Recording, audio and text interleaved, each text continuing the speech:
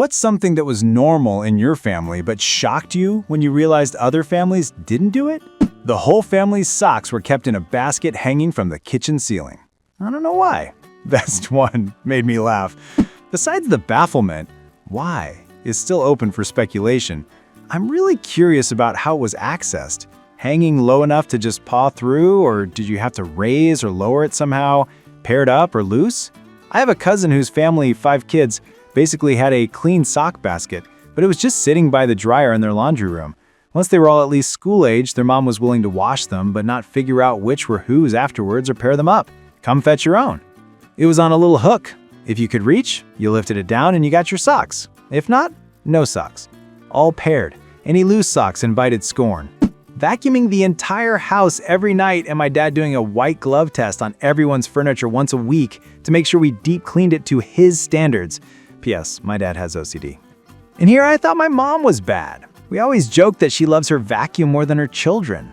My mom vacuums and washes the floor every morning. Since I don't live at home, I visit during the summer as my vacation. It's extremely annoying to be told I am still a lazy kid when I am not up before 6 a.m. to start working. I'm in my 40s and I am on vacation. A refrigerator in the garage full of beer. They got 8 cases of beer delivered on Sundays every single week. I had no clue everyone did not have a beer fridge. We had a beer fridge and it flowed like a river. My stepdad worked at a local brewery and back when he started they offered 25% employee discount. He then won an employee lottery for 25% for life. Later they scrapped the employee discount for 1% every year you worked or 10%, whichever was higher. They honored existing discounts for legacy employees and calculated everything additively. He worked there 39 years.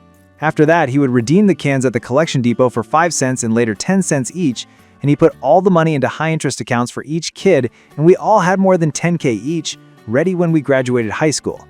The brewery shut down a few years ago, and he died a year later. Not as dramatic as other stories here. In my family, it was totally normal to peel down a banana halfway, break off half, and fold the peel back over, and put the other half back in the fruit bowl for the next guy. My boyfriend had never seen anything like that before, and later on told me how strange it seemed to him. My parents do this, and they have a designated paper bag for the other half with the words banana bag written on it with Sharpie. This is the most surprising answer in this thread. That's psychotic behavior. Muting the TV commercials.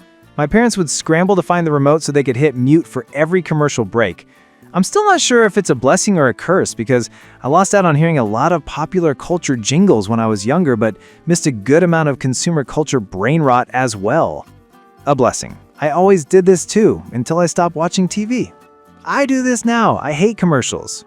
Making your kids eat food they spilled on the floor.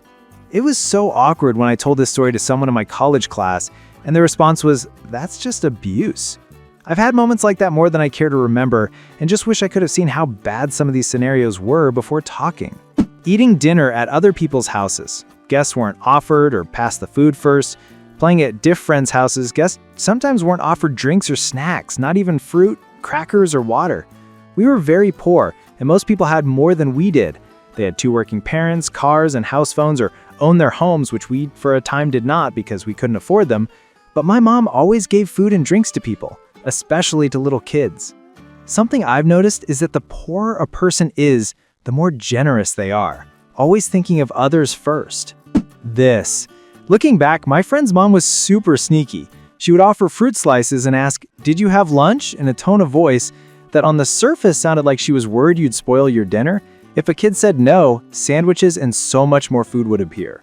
When I was a kid, lots of lower-income parents understood that they may be providing the only meal for their kids' friends. A short pause. A new month, the same old goal. 100 subscribers. And I need your help.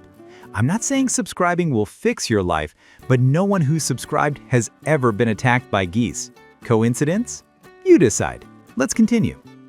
Being very literate. My parents read to me from a young age, and we always had more books than shelf space.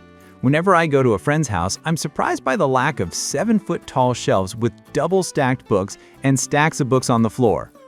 Positive post. I always just thought my parents were just cool, chill, and liked all the kids at the house. Now, as an adult, I realize my mom came from a super abusive family. She saw many kids in our neighborhood going hungry, not wanting to go home, abused, neglected, sad, hurt, etc. She always treated them like a little members of our family, always let them stay, eat with us, do chores with us, spend the night with no questions, gave medical advice, she was a nurse, explained how and why they needed to go to college. My dad was always the one who helped with the orchestrated fun, drove us to get ice cream, dropped us off at the movies, made sure we were safe at the pool, took us to an arcade, stayed up as late as us making sure we weren't doing dumb shit. My point is, be the amazing you wish to see in the world.